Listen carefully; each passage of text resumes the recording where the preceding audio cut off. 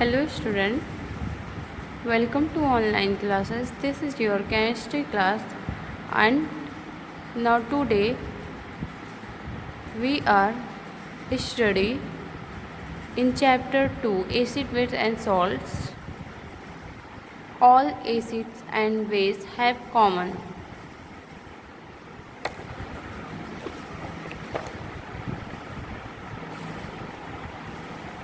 आज हम इसमें पढ़ेंगे कि सभी एसिड्स में क्या कॉमन होता है और अगर सब कोई बेस है तो सभी बेसेस में क्या कॉमन होता है। ऐसा कुछ तो नेचर होता होगा, कुछ कैरेक्टर होते होंगे जो ऑल बेसेस में कॉमन होते होंगे। मतलब कि चाहे हम HCl ले लें, चाहे H2SO4 ले लें, चाहे एसिटिक एसिड, मतलब कोई भी अगर एसिड ले रहे हैं तो एक कैरेक्टर उसमें ऐसा होना चाहिए जो सब में कॉमन हो, ठीक है, तो उसे हम एसिड कह सकते हैं। तो ऐसा कुछ कॉमन होता है कि नहीं, इसको हम देखेंगे आज।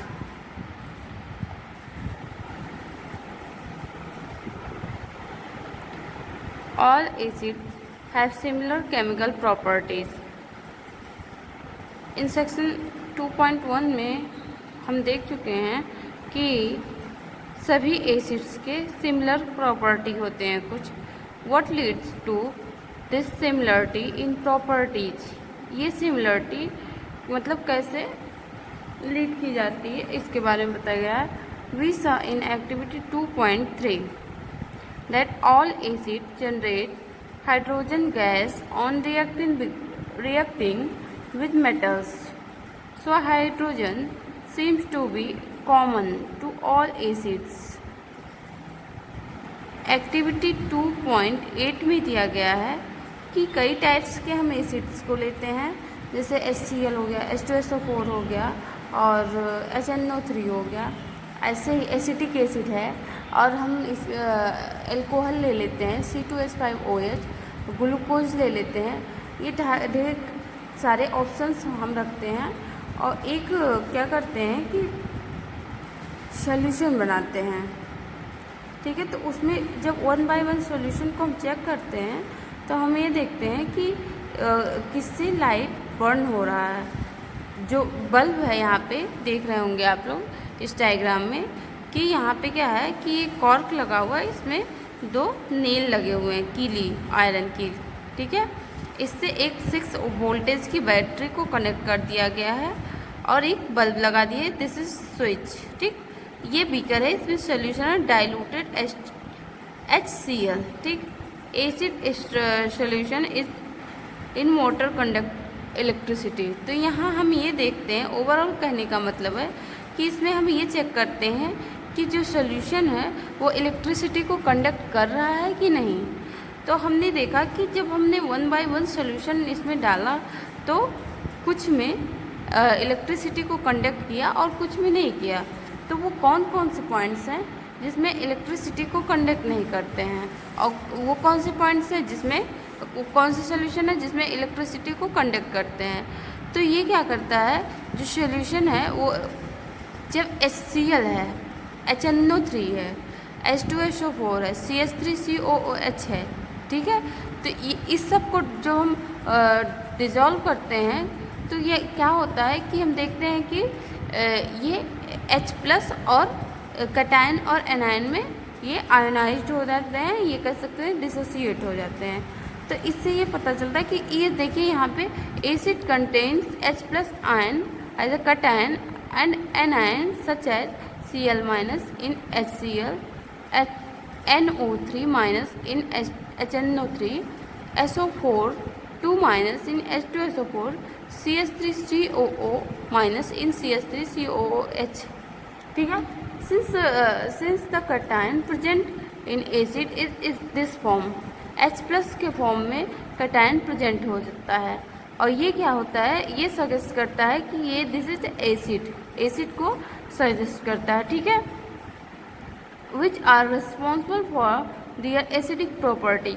अब ये पता चला कि ये क्या है, रिस्पॉन्सिबल है किसके लिए, एसिडिक प्रॉपर्टी के लिए रिस्पॉन्सिबल है।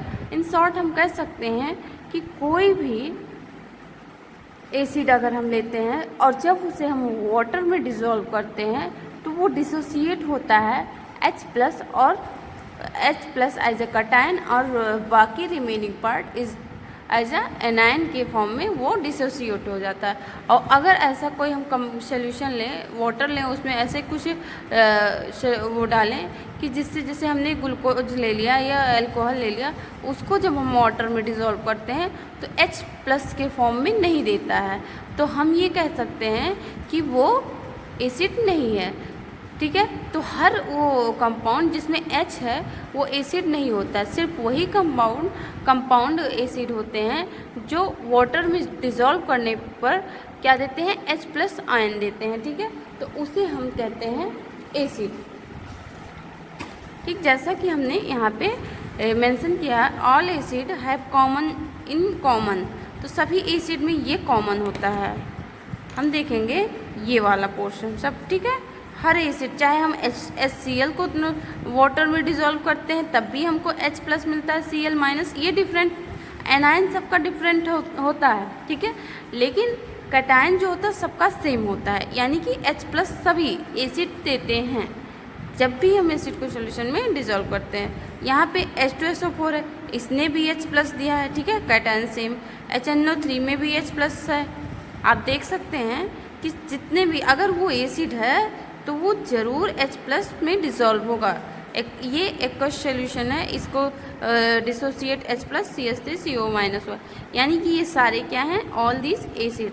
बट वहीं पे अगर C2H5OH को हम डिज़ोल्व करते हैं किसमें, सोल्यूशन में, तो यहाँ पे H तो हमको दिख रहा है बट ये H+ आयन नहीं देता है। यहाँ पे H है इस कंपाउंड में बट ये भी H+ आयन नहीं देता है, इसलिए हम इसको अल्कोहल को और ग्लूकोज को क्या कहते हैं, this is not acid. Okay, अब ऐसी ही सेम प्रॉपर्टी है बेस के लिए, लेकिन यहाँ पे थोड़ा सा चेंज है। जैसे यहाँ पे जब हम एसिड को डिज़ोल्व करते हैं वाटर में तो हमको H+ मिलता है, सेम एज इट इज़ जब हम क्या करते हैं, base, this is base, base को जब हम वाटर में डिज़ोल्व करते हैं तो हमको क्या मिलता है, OH, क्या मिलता है, OH-। यहाँ पे कैटायन सेम रहता था। एसिड में चाहे जो एसिड हम डिज़ोल्व करते थे, कैटायन क्या होता था, कैटायन सेम होते थे। ठीक है, एनायन डिफरेंट करते थे। बट यहाँ पे हम देखते हैं कि हाँ कि जो all basis have in common, तो बेसिस में क्या कॉमन होता है, एनायन हमारा कॉमन होता है। क्या, एनायन सेम, या कह सकते हैं कॉमन। ठीक, क्या होता है, कॉमन होता है। तो हम ये समझ में आ गया हमको कि एसिड और बेस में क्या कॉमन होता है।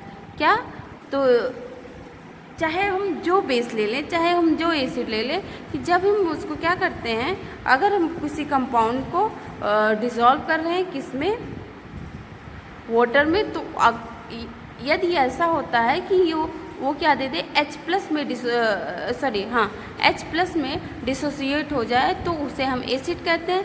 अगर कोई कंपाउंड ये हो कि वाटर में हम डिज़ोल्व कर रहे हैं और वो OH- आयन में डिसोसिएट हो तो उसे हम कहते हैं बेस। ठीक है, ये कॉमन प्रॉपर्टी है ऑल बेसिस के और ऊपर वाला ऑल एसिड्स के। ठीक है, आई होप आप लोग को समझ में आया होगा। अब आप इसे NCERT की जो बुक में है ये चीज़ें दी हुई हैं, आप इसे रीड करेंगे। ठीक है, आगे हम नेक्स्ट क्लास में पढ़ेंगे। Thank you students.